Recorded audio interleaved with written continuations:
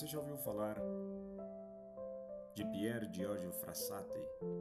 Nascido em 1901, em Turim, no norte da Itália, em uma época marcada por grandes mudanças sociais e políticas. A Itália vivia tensões entre a Igreja e o Estado após a unificação italiana e experimentava o avanço do socialismo e do liberalismo, enquanto a Primeira Guerra Mundial abalava a Europa. Filho de Alfredo Frassati, fundador do jornal La Stampa e embaixador da Itália na Alemanha, Pier Giorgio cresceu em um ambiente de destaque político e cultural. Apesar de ter acesso a privilégios, escolheu um caminho de simplicidade. Dedicava-se aos pobres, aos doentes e aos operários, vivendo a fé no cotidiano. Amante das montanhas, do esporte e da amizade, ele mostrou que a santidade não significa afastar-se da vida comum, mas transformá-la com alegria e caridade. Beatificado por São João Paulo II em 1990, é hoje conhecido como o jovem das bem-aventuranças. Carlo Acutis nasceu em 1991 em Londres, mas cresceu em Milão, em um tempo muito diferente daquele de Pier Giorgio Frassati. A Europa já não vivia guerras mundiais, mas enfrentava outro desafio: o avanço da cultura digital e o risco de uma fé cada vez mais esquecida em meio à vida moderna. Desde pequeno, Carlo mostrou um amor profundo pela Eucaristia e usava sua habilidade com computadores para evangelizar. Criou um site catalogando milagres eucarísticos pelo mundo, antecipando como a tecnologia poderia ser um instrumento a serviço de Deus. Em uma sociedade marcada pelo consumismo e pela pressa, ele testemunhou que a verdadeira estrada para o céu estava na simplicidade, na amizade com Jesus e na caridade com os mais necessitados. Chamado de o influenciador de Deus, foi beatificado em 2020 e hoje é modelo de santidade para a juventude do século XXI. Olá, a paz de nosso Senhor Jesus Cristo, salve Maria Santíssima, e desde já agradeço pela atenção e pelo seu tempo. O dia de hoje é de grande alegria para a nação brasileira, pois celebramos a independência do nosso país, e para a Igreja Católica também é de grande felicitude, pois hoje estão sendo canonizados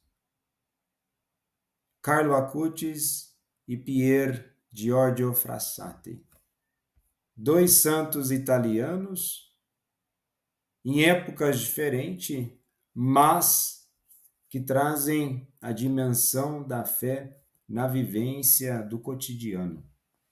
Ser santo é vivenciar as dificuldades do mundo, buscando o testemunho autêntico do Evangelho, sem se dispersar em ideologias.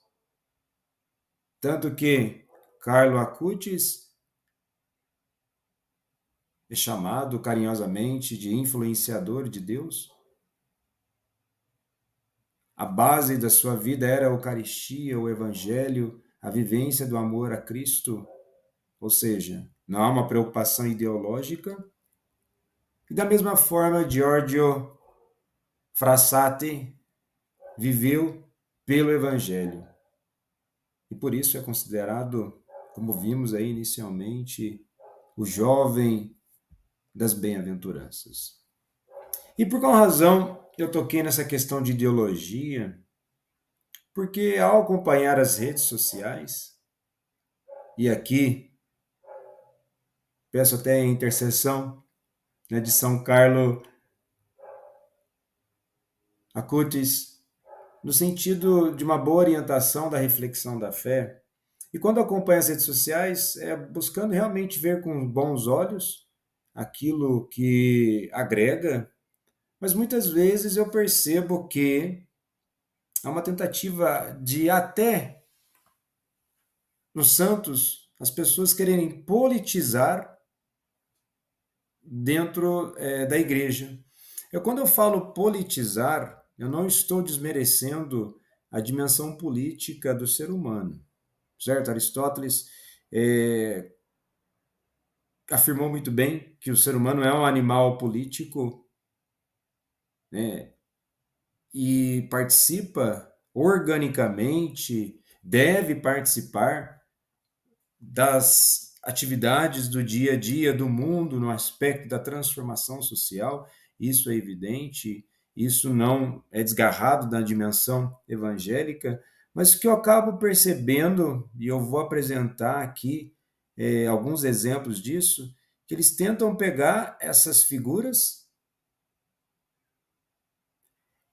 e, de certo modo, criar uma embalagem mercadológica, ainda mais em tempos de redes sociais, de influenciadores, tentando dar aquele ou aquela pessoa, né, no caso aqui esses dois santos, como se eles tivessem um viés unicamente partidário e ideológico.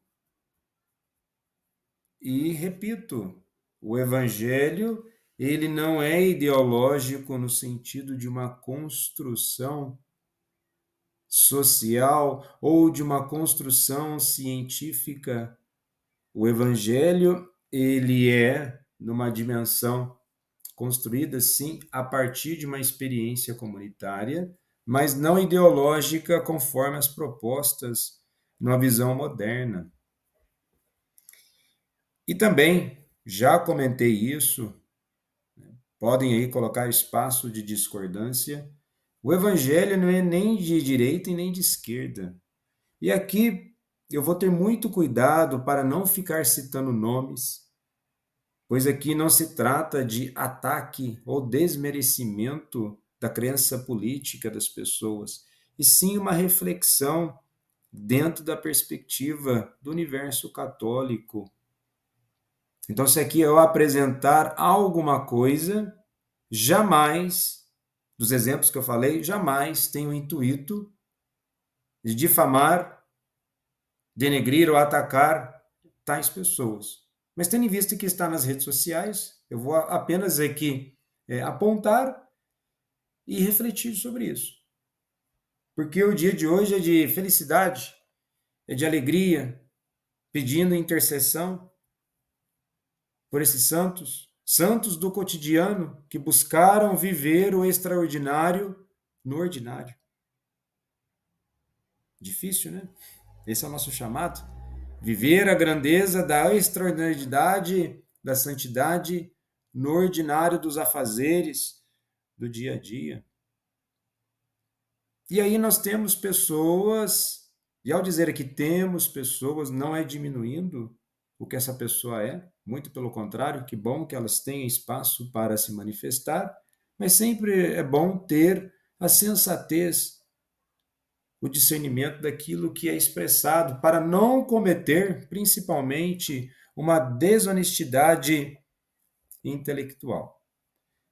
Então, o primeiro exemplo que eu vou colocar aqui, e eu vou ter que abordar alguns elementos históricos pautado em uma bibliografia, não estou aqui tirando isso de referências pessoais, mas eu coloco o exemplo apenas para uma breve correção, reflexão daquilo que foi dito por tal pessoa, para não tentar, vamos assim dizer, colocar um rótulo no santo. O primeiro que eu vou falar, vou pegar até pela ordem cronológica, exatamente do santo de São Pierre Giorgio Frassati, pois recentemente, até pelo contexto político do país, algumas decisões do STF no julgamento do ex-presidente, e novamente não vou citar nome, não quero aqui apontar por coisas positivas e negativas, a reflexão tem uma perspectiva histórica, teológica, filosófica, tá bom? E fique à vontade para discordar. A discordância, desde que ela seja educada, fraterna, né, educativa. E Aí eles estão tentando, algumas pessoas, isso sai nas redes sociais, embora e você vê que tem um viés de acompanhamento, que as pessoas que acreditam que é dessa forma, meio que destoa, né, o próprio conceito do que aconteceu na história. Então, eu vou colocar aqui, embora seja um vídeo, e como eu disse, que eu não tenho o intuito de ficar expondo ninguém, a proposta do canal nunca é essa, porque a essência do canal, ela é a essência é, cristã, não é de expor as pessoas, ficar difamando, mas vou colocar o áudio e depois eu faço o comentário como que o áudio ele está descaracterizado da própria realidade e como que a pessoa tenta, depois eu vou falar sobre esse termo, colocar como se fosse dentro de um framing, né? O que seria esse framing? É rotular, enquadrar aquele santo como se ele fosse só apenas daquela ideologia, tentando relacionar com acontecimentos agora do século XXI que não tem nada a ver com aquilo que o santo viveu na época. Então, escutemos. Julgamento do Bolsonaro no Brasil e santidade em Roma. O que essas duas coisas têm a ver? Então, a primeira coisa é que, enquanto acontece hoje o julgamento por tentativa de golpe do Bolsonaro no Brasil, no próximo domingo acontece no Vaticano a canonização de dois santos. Entre esses dois santos, a gente tem Frassati. Frassati viveu na Itália no período de 1900 e 1925, o período de ascensão do fascismo na Itália. E entre grandes características e qualidades de Frassati, como ele adorava escalar montanhas, ele tinha uma veia social e de justiça social muito forte. Então, ele estava sempre ajudando os doentes, os pobres, os menos favorecidos e pensando como ele poderia fazer mais. Ele doava o que ele tinha para essas pessoas, tanto em termos de dinheiro, tanto quanto tempo. E ele escolheu ser engenheiro de Minas porque ele entendeu que esse era o lugar que ele precisava estar para ajudar que Deus chegasse a essas pessoas que tanto precisavam. E dentre outras características dele, uma das principais era como ele era contra o movimento fascista na Itália. Então ele foi para a rua, ele apanhou na rua, ele era completamente contra esse movimento até o dia que ele faleceu, uma poliomielite aguda. Inclusive, um dos seus últimos atos foi com muita dor escrever um bilhete pedindo para que uma pessoa levasse um remédio para alguém que estava precisando. E o que que isso tudo quer dizer? A importância e o que significa ser santo. Ser santo é ir na igreja, é comungar, é ser a palavra de Deus viva nesse mundo, mas também é o agir, é o estar por dentro de questões políticas e da nossa realidade, lutar contra essas coisas. E eu li uma vez, acho que é muito verdade, quando Deus quer fazer alguma coisa ou enviar algum recado, ele manda um santo para o seu tempo. E acredito que Frassati nos diz como é importante ser antifascista. Como é importante lutar contra regimes que querem nos calar ou querem mudar o livre-arbítrio que foi dado por Deus. Então, dentre tantas coisas que eu acho que podem ser novidades nesse vídeo, e que eu acho que levam a nossa reflexão sobre santidade, sobre política, sobre ação, sobre igreja. Você tem sido antifascista? Você tem entendido como ser cristão é importante e que isso está conectado com entender politicamente o que está acontecendo? Então, como você notou, né, desse áudio, que é oriundo de um vídeo, inclusive eu vou deixar na descrição desse vídeo aqui, o original, né, aqui não tem edição, não tem deturpação de palavras, que há uma utilização do termo fascista. E é perceptível como hoje muitas e muitas pessoas chamam alguém de fascista. É quase um palavrão político universal. Mas aí vem a primeira pergunta: será que todo autoritarismo é fascismo? Não. Será que dá para chamar um ex-presidente da República, assim como o atual presidente da República, quanto até o STF de fascistas? Olha, analisando a critério a nível histórico, não. Mas as pessoas elas vão chamar do que elas quiserem, elas vão criar aí uma terminologia, tentando fazer toda uma explicação, um malabarismo intelectual para tentar associar com isso.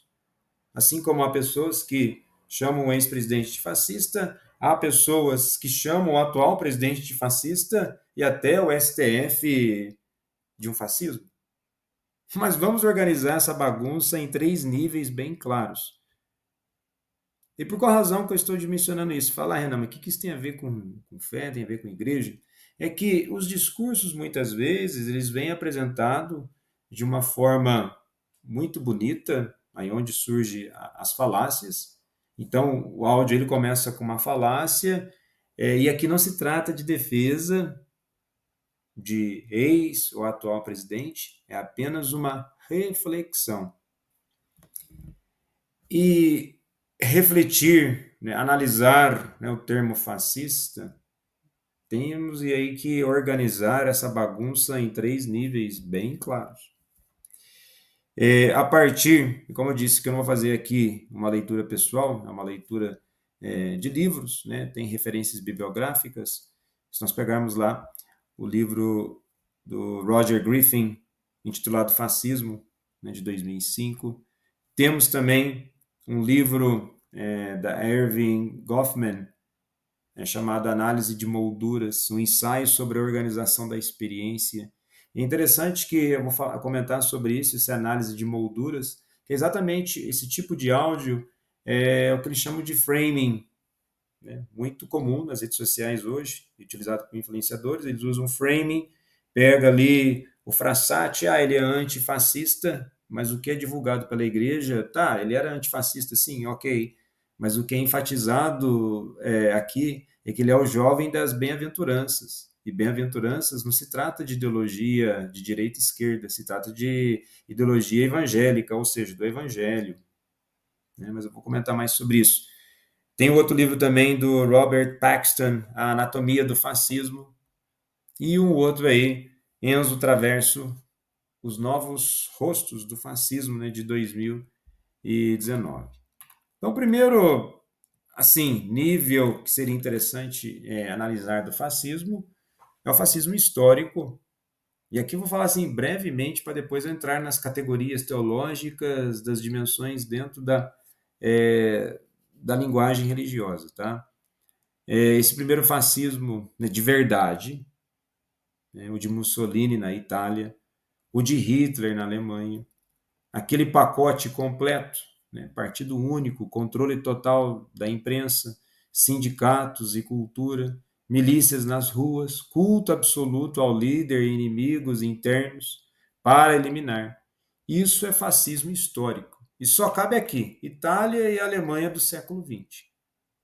Alguns ainda vão até falar, olha, o Partido Comunista ou as realidades comunistas na Rússia também tinham aspectos de fascismo, porque tem algumas características sim em comum, né? Mas só cabe aqui esse momento histórico. Depois, o segundo nível aí é o fascismo retórico. Agora tem o que a gente pode chamar, né, dessa rotulação, né, como se fosse o palavrão, que é o que está presente aí no início do vídeo. Não é Mussolini, mas lembra em alguns pontos. O culto ao líder, inimigos internos, o nacionalismo exagerado, propaganda massiva. E é nesse nível que muita gente coloca, aqui eu vou utilizar um termo político, certo? Apenas como palavra que faz parte da realidade política, social do país e até relacionado com religião, que é o bolsonarismo. Então, falsamente, as pessoas estão relacionando o bolsonarismo com o fascismo. E aí cai, assim, na grande armadilha da divisão interna dentro da própria igreja, de associar que pessoas que eventualmente que votaram em um ex-presidente, elas têm um caráter duvidoso. Isso aí é bem diabólico fazer esse tipo de coisa, né? Você julgar e rotular as pessoas, novamente, faz parte do framing. E não dá para chamar o que acontece no Brasil, uma movimentação de um autoritarismo, de um tradicionalismo, como fascismo histórico. Embora há paralelos que fazem sentido se a gente quiser discutir em termos de mentalidade política. Mas a mentalidade política, necessariamente, ela nem sempre se transforma em realidade praticada das estruturas sociais. institucionais do país. E o nível 3 é autoritarismo genérico. E aqui entram práticas de qualquer lado, esquerda, direita, até instituições como o STF. Coisas como centralizar sindicatos, restringir liberdades, manipular instituições, exagerar no ativismo judicial. É autoritarismo, mas não é fascismo. A diferença é importante porque se a gente chama tudo de fascismo, no fim, nada é. Então, assim, recapitulando, fascismo histórico, aquele de Mussolini e Hitler, alguns até apontam para as políticas de Stalin. E fascismo retórico é quando alguns movimentos atuais lembram certos traços, lembram, não quer dizer que seja. E o autoritarismo genérico é quando governos ou instituições concentram o poder sem chegar a ser fascismo. Então, assim, aí pega a questão fascista, relaciona, enquadra a pessoa e tudo é chamado de fascismo. E será que todo autoritarismo é fascista? Ou será que a gente anda usando essa palavra de qualquer jeito? Né? E acaba se entrando numa dinâmica de usar de qualquer jeito e rotulando da forma que não se tem. O próprio Umberto Eco, o escritor, né, italiano, ele falava de um fascismo eterno, né, urfascismo, uma série de tendências que podem reaparecer em sociedades diferentes. O culto a um líder forte, apelo às massas contra as instituições, rejeição da diversidade, mobilização por símbolos nacionalistas, retórica contra inimigos internos. E é nesse campo de comparação que muitas vezes leva religiosos ou intelectuais a chamar, vou aqui novamente utilizar o termo político, bolsonarismo de fascista. Lembrando que não é. Você fala, Renan, é sim, Renan, porque tal coisa desse jeito eu discordo. Tá, a sua discordância não quer dizer que só porque você discorda que tal coisa seja. Aí fala, onde que entra o Giorgio Frassati, né? São Giorgio Frassati, né, que viveu de 1901 a 1925. Ele viveu justamente o período de ascensão do fascismo na Itália. Ele se envolveu com a ação católica, que era comprometido com a justiça social, e participou de movimentos estudantis que se opunham ao fascismo nascente. E esse fascismo nascente era o fascismo histórico. E sendo ele canonizado agora, alguns aproveitam para destacar esse aspecto antifascista, colocando como símbolo cristão contra posturas autoritárias. Ok, até aí não está mentindo e nem destoando, mas o foco, o enfoque, ele é o jovem das boas-aventuranças. E se pararmos para lermos as bem-aventuranças, se toda a sociedade fosse pautada nessas dimensões, certamente nós teríamos um mundo melhor.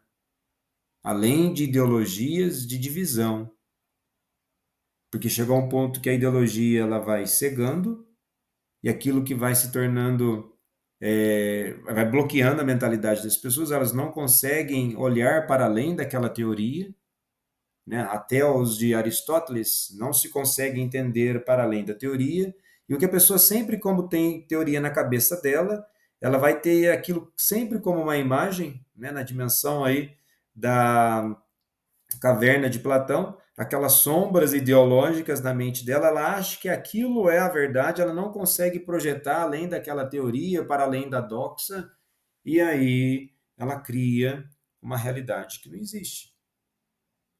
Agora, além de associar a um termo, a um movimento, o problema é que essa associação pode ser usada de forma anacrônica. Pegar o antifascismo de Frassati, né, de São Giorgio Frassati, que coragem, né? Eu não tenho, se eu tivesse a coragem que ele teve, né, para lutar sobre aquilo que precisa ser combatido nos dias de hoje. Mas se eu pegar o antifascismo, né, de Frassati na Itália dos anos de 1920 e colar diretamente no Brasil de 2025, como se fosse a mesma coisa, historicamente não é. Então, quando eu falei que não é intelectualmente honesto, é essa desconexão com a história. Então, existe o retórico, né? Então, Giorgio Frassati foi, de fato, antifascista no contexto italiano. Não há uma relação da questão do julgamento que está acontecendo hoje no Brasil com a figura dele, mas criou-se o famoso rótulo, enquadramento, framing. Repeti várias vezes esse termo, né? Ele existe, está aí, é utilizado muito nas redes sociais como uma arte da retórica, da oratória, e transpor, né, a realidade do contexto italiano para o Brasil, existe cuidado para não incorrer um anacronismo, como ocorreu no início do vídeo. Agora, há semelhanças, há diferenças, sim. Mas aí o que acontece quando você vai enquadrar determinado movimento? Você vai simplesmente fixar na semelhança, achando que a semelhança é o aspecto totalizador daquele movimento, esquecendo das diferenças essenciais. Portanto, né, desse termo que eu já utilizei, o termo político, o bolsonarismo não é fascismo histórico. Se alguns quiserem colocar como um fascismo retórico, porque pode ter algumas semelhanças, aí vai da forma como a pessoa quer se colocar perante o mundo. Aí é uma decisão de articulação da oratória da pessoa. Mas hoje, da forma que nós vivemos no Brasil, tem pessoas que enxergam o governo como extremamente autoritário. Então, se o governo é autoritário, então ele seria fascista. Então, isso não faz sentido, né? Então, um fascismo histórico, no sentido que alguns analistas aplicam ao bolsonarismo, tenta identificar padrões históricos de mentalidade fascista, né, como já mencionei, né, culto ao líder, inimigos internos, nacionalismo exacerbado, mobilização de massa. E o que acaba acontecendo vai trazendo toda essa discussão para o meio católico, né, dentro da igreja, desnecessariamente. As acusações contra um ex-presidente giram em torno de práticas consideradas tentatórias ao processo democrático, Mas quantas coisas ainda no nosso país que são extremamente antidemocráticas? Pessoas que não têm ainda acesso ao básico.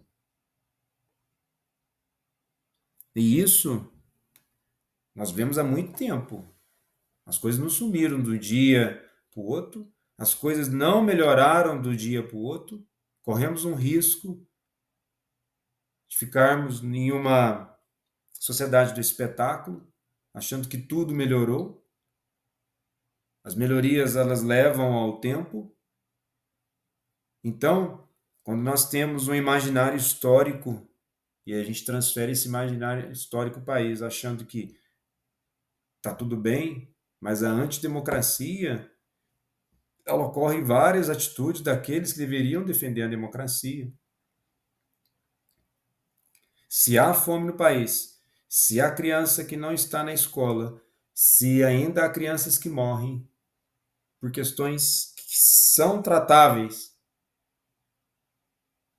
se ainda não tem leito de hospital suficiente, se ainda tem desvio de verba, enfim, aquilo que o Estado deveria cumprir com a sua obrigação, isso já é antidemocrático.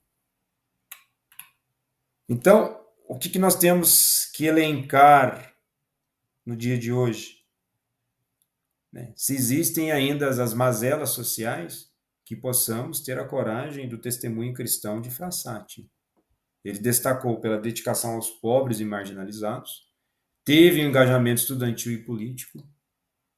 Nós temos aí os nossos desafios, os nossos compromissos do dia a dia, e muitas vezes nós ficamos realmente em torno desses compromissos que sustentam aí a nossa vida, mas daquilo que nós pudermos participar politicamente. Aqui nós estou falando questão partidária, embora a questão partidária seja uma manifestação da vida em democracia, né? E a dimensão do George Frassati é a questão da resistência explícita ao fascismo nascente. E essa resistência explícita, a nossa resistência explícita tem que ser contra qualquer tipo de injustiça, de violência, de destruição da vida. Isso é resistência. Sim, ela disse bem que ser santo é participar das coisas do dia a dia, e participar das coisas do dia a dia é participar das coisas da vida, da cidade. Isso é um ato político. Tudo bem, não há problema algum disso. É um posicionamento. E se posicionar enquanto testemunho de fé, lembrando do termo grego que testemunha martíria, ou seja, a partir do momento que você está se comprometendo com uma causa de vida, com uma causa social, aí você está se comprometendo com algo realmente importante que contrapõe os valores evangélicos, que assim seja. Então, novamente, não se pode fechar, né, a ideia em cima de um rótulo.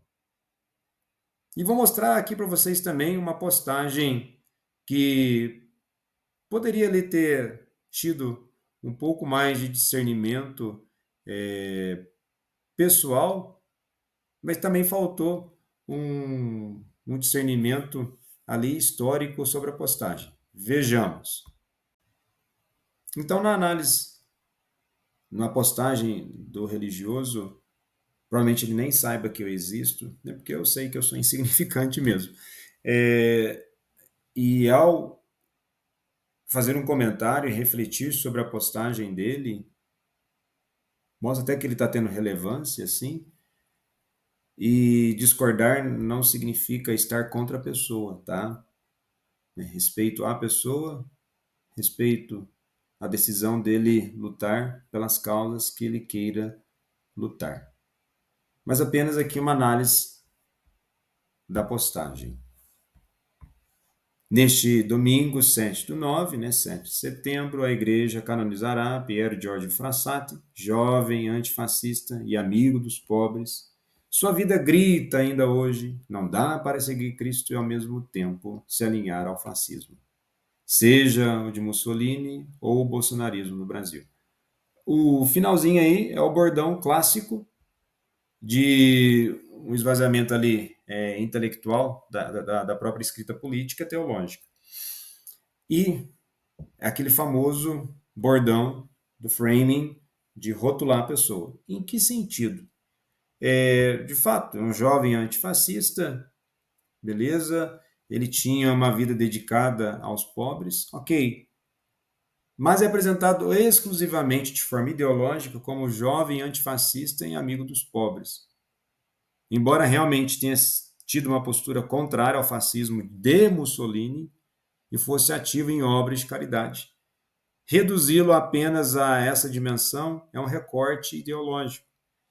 Ele também foi um estudante de engenharia, membro ativo da Ação Católica e profundamente ligado à espiritualidade eucarística e mariana. E aí, no final, comparar, né, essa dimensão histórica, política da época de Mussolini com o Brasil é um anacronismo político. Né? E é uma analogia retórica, mas não acadêmica. Historicamente, trata-se de movimentos distintos em contexto, né, ideologia e método. Então, o uso de Frassati como símbolo político, né, a figura, né, do santo, é utilizada aqui para sustentar uma posição político contemporânea. E aqui eu não estou dizendo que está errado, no sentido moral, mas é uma postura dele, mas carece totalmente, né? Isso é um poder legítimo como opinião pessoal dele, mas não é um argumento histórico rigoroso, não é argumento teológico, não é argumento nem hermenêutico nem filosófico. Pronto. Certo? Porque aí entra na dimensão daquilo que eu estava falando das limitações acadêmicas das limitações de enquadramento. E o que essa estratégia do enquadramento, quando eu falo desse processo de ser entendido como estratégia de framing, né, da Goffman, do livro, né, de 1974, que o que acaba acontecendo? Você pega uma realidade, é interpretada à luz de um paradigma moral e histórico, inserindo um personagem no polo de um autoritarismo universal. Você fala, que é isso? Não. Tá, tô pegando o que acontece lá com Mussolini e toda outra forma de manifestação de algum tipo de autoritarismo, algum tipo de uma postura que as pessoas entendam que seja um fascismo, elas vão sempre universalizar essa prática achando que isso é um fascismo. E aí surge esse bordão. Então, novamente, né, quando você perceber, procure isso. Estratégia de framing, rotular. Eu vou pegar aquele santo, ele só foi isso. E é muito comum nos dias de hoje, viu? Com não só, né, com os dois santos que eu estou falando de hoje, é muito comum, porque vira uma prática de retórica, é uma linguagem chamativa, você consegue encurtar vários momentos e nuances da história e simplifica aquela pessoa e as pessoas vão tendo a sensação de que aquela pessoa foi só aquilo, mas não foi. Bom, agora sobre o grande Carlo Acutis. Não tem nenhuma relação com o viés político, teológico, a relação que ele tem com o Brasil, com a belíssima notícia daquilo que aconteceu na vida do jovem de Campo Grande, Matheus Viana. Em 2013, esse jovem, quando tinha apenas 3 anos, foi curado de uma condição rara e grave, e o milagre é atribuído, depois de todo o estudo, acompanhamento do Vaticano, a Carla Acutis. Salvo engano também, um dos milagres ali iniciais de um jovem na Costa Rica. Mas a relação do Brasil, né, por aqui dizer, é essa, além da grande devoção que já temos ao longo do Brasil. E, assim, santidade não se trata de rótulo, né? Mas aqui da imagem do próprio Carlo Acutis, ele faz parte dessa moldura, né, do mundo digital, ao qual ele, lá atrás, né, com o seu site, vou deixar o site dele dos Milagres Eucarísticos aqui na descrição do vídeo, ele começa Mas o que é importante? A forma que ele viveu. Por assim dizer, né, se o Giorgio Frassati é o jovem das bem-aventuranças, o Carlo Acutis, né, é o influenciador de Deus, e todo cristão ele é influenciador. Influenciador de que sentido? Ele é o testemunho.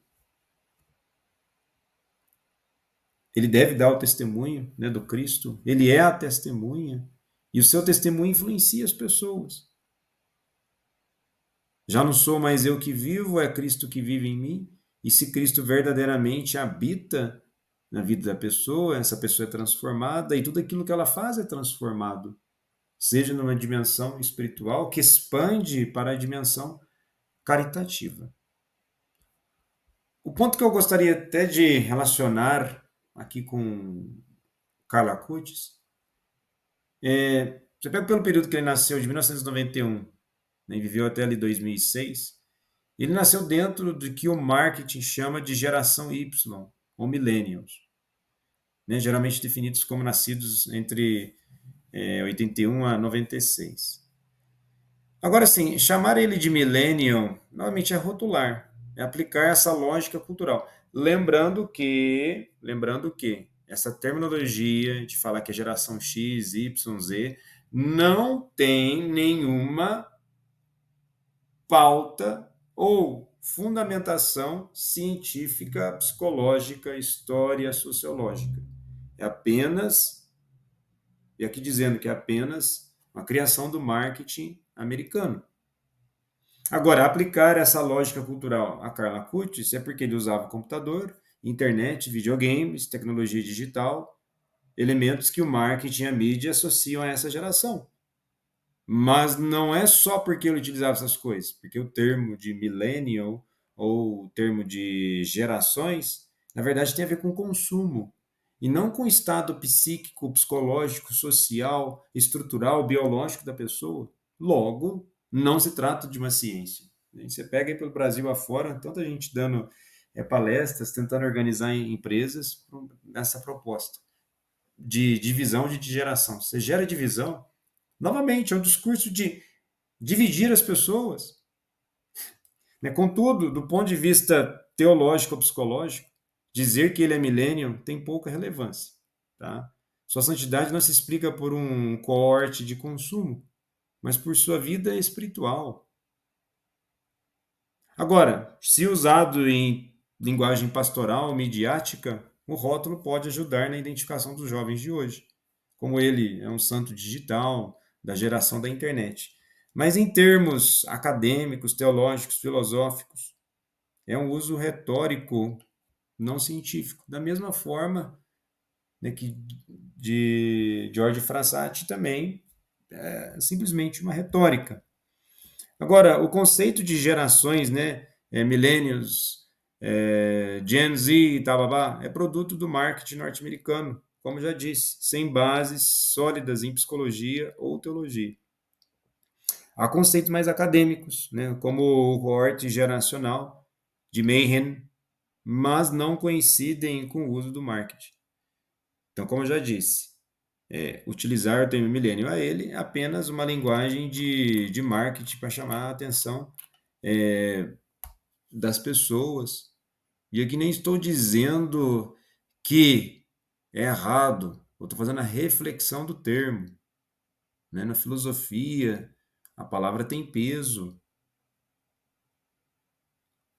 E aqui não se pode ficar rotulando as pessoas dividindo. Santidade não é rótulo, santidade é vida, vida vivida em Cristo. E vida vivida em Cristo, na espiritualidade, de Carlos Acutis, assim como o seu protagonismo social, que há vários relatos de muitas pessoas pobres, necessitadas que ele ajudou, assim como o Frassati. Então a espiritualidade transborda. Não pode fazer esse corte e achar que tal pessoa ela enquadra dessa forma, vou fazer um enquadramento. Já viu aqueles diretores de cinema fazer aqui ó, um enquadramento aqui, essa cena é a melhor. Sim, é a cena melhor para captar, para gerar uma emoção nas pessoas, para sensibilizar, mas esquece de todo o contexto.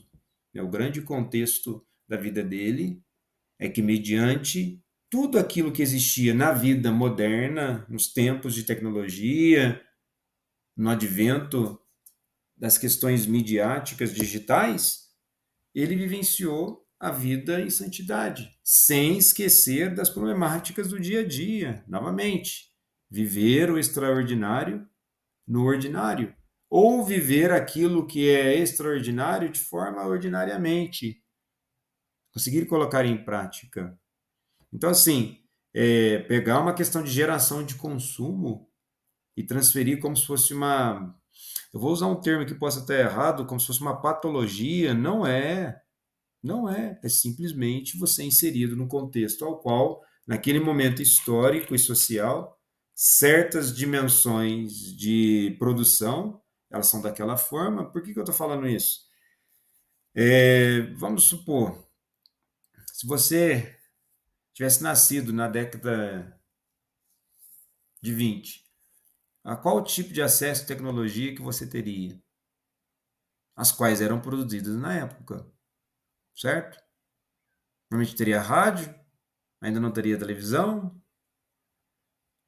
o acesso assim mais, vamos ser popular de comunicação era o jornal, talvez, algumas revistas, enfim, bem limitado comparado aos dias de hoje. Mas para a época, o que surgia era a grande novidade. Então, marketing e sociologia se confundem muitas vezes, mas têm objetivos distintos. Segmentação de consumo, o marketing ele vai utilizar sim de ferramentas psicológicas para entender como as pessoas funcionam, Mas não quer dizer que um termo de marketing vai explicar a estrutura psicológica da pessoa. Porque senão depois você fica dividindo as pessoas, dividir em geração. E aí você tem que ficar procurando entender as pessoas. Meus amigos e amigas, entender as pessoas, estar preocupado com as pessoas é independente de geração. A partir do momento que você se coloca numa escuta ativa cristã,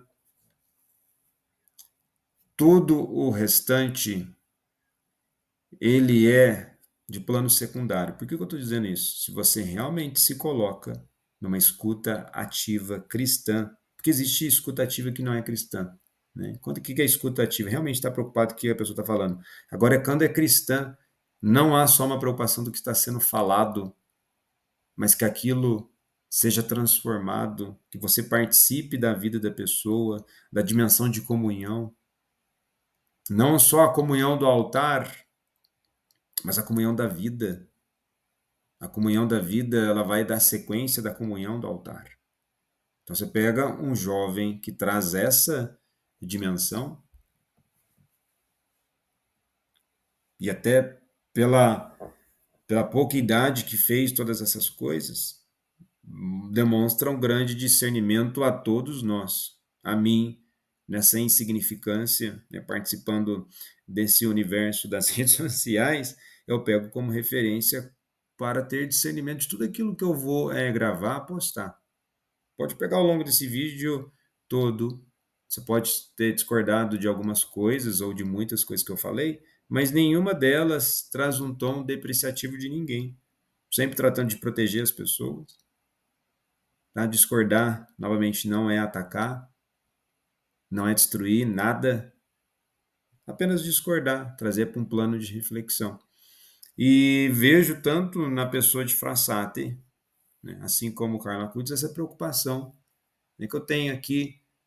Não estou dizendo que eu tenho nenhuma da qualidade deles, não é isso. Estou dizendo que a responsabilidade pela vida, responsabilidade pelo próximo, o que falta muitas vezes, principalmente no meio digital. Né? Infelizmente, muitos canais católicos trazendo notícias tendenciosas, extremamente parciais, deturpadas, não trazendo a dimensão teológica, histórica, filosófica, explicativa necessária. Então, assim, nos chama a responsabilidade. Viver a fé no dia a dia é assumir as responsabilidades da vida à luz do Evangelho. Lembro sempre da frase, né, que quem me disse foi meu pai, que quem disse a ele foi um grande sacerdote, né, que passou aqui por Poços de Caldas, né, o padre Daniel, que falava: ser santo é fazer a coisa certa na hora certa. E que possamos sempre, pedindo, né, a luz do Espírito Santo, né, que converta verdadeiramente os nossos corações, que possamos fazer as coisas certas na hora certa. E qual que é a hora certa? Quem sabe a hora? A todo momento, se realmente nós estivermos preocupados em testemunhar e vivenciar o grande amor de nossas vidas, que é Jesus Cristo, toda hora vai ser a hora certa, porque não há espaço. É isso que Carlo Acutis falava muito. Não tem tempo a perder. A vida dele tem que ser dedicada a Jesus. A nossa vida tem que ser dedicada a Deus. Fora isso, nós estamos dedicando ao quê? A quem? Se não é a Deus, nós estamos colocando uma outra coisa no lugar. E se nós estamos colocando uma outra coisa, outros sentimentos, então é idolatria. Nós desviamos o caminho daquilo que deveríamos caminhar. Então, muito obrigado pela atenção, né, quem acompanhou até o final, né, que São Giorgio Frassati interceda por nós, assim também que São Carlo Acutis interceda por nós. Paz e bem.